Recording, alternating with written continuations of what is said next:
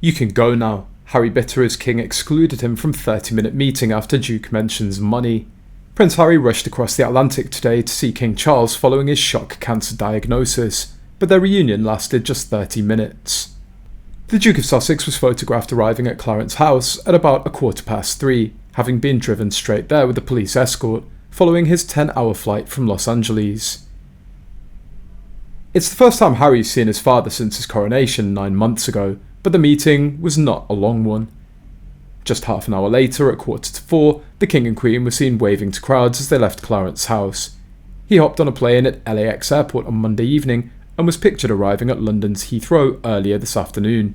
2 black SUVs, which were seen leaving Heathrow Airport's VIP Windsor suite earlier this afternoon, were pictured arriving at the royal residence at around 2:42 PM.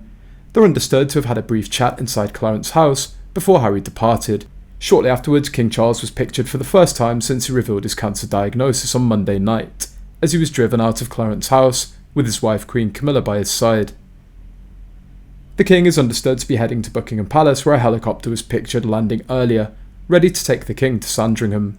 Experts have said they hope that Harry's trip is a sign of a truce with Charles, but there remains little sign of a rapprochement with his brother William, with a source close to the Prince of Wales saying there were no plans for a meeting. In the meanwhile, a palace courtier leaked that Harry mentioned money in his short chat with King Charles, and then the King said, "You can go now," although he tried to put a curb on his anger. He flew all the way in, about 10 hours from Calais to England for a 30 to 45-minute visit. No one actually invited or encouraged him to come. And how much of that 45 minutes was spent by the King getting in the car, readying the motorcade for travel, and leaving Clarence House before we saw it going to Buckingham? At least 10 minutes, right? A meeting of 30 minutes might assume he was taken in immediately to see Charles, but it's very likely Harry had to wait to see him. I'd estimate a meeting of 15 minutes of absolutely no substance. "Hey Pa, how's it been? Raining a lot in Calais."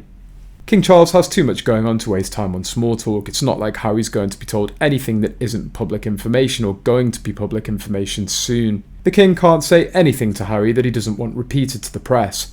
Harry created this situation along with Meghan. He has no room to complain. This is what he wanted.